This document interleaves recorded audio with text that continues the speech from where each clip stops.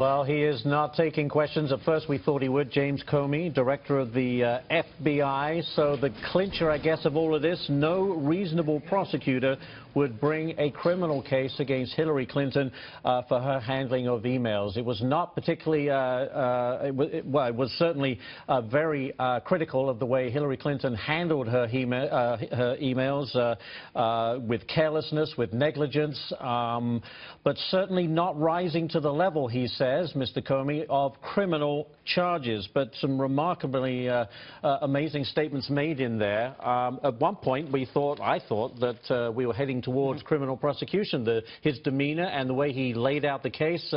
Elizabeth McDonald, let me begin with you. But at the very end, not enough for criminal prosecution. Not enough for criminal. What's unclear is whether or not there will be charges brought for extremely careless mishandling of classified information. That's what General David Petraeus... Which would be a misdemeanor, right, correct? That's what General David Petraeus, pleaded guilty to. So that was a misdemeanor, served no jail time. So what was the news here is that basically they found a lot of classified information beyond what prior government employees had found was classified.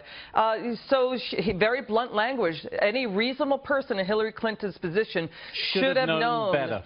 They were obligated to protect it. And this is James Comey is the guy who brought the charges and led the prosecution against Martha Stewart, meaning willful obstruction. So he is all over this big time right now. The State Department also generally lacking in care of confidential information, really slamming State Department. Let me go around the table and get reactions. Steve, what was your reaction? So, look, hats off to James Comey. I think he's a thorough professional, and I would, I don't know the details, but I would certainly defer to his judgment on this.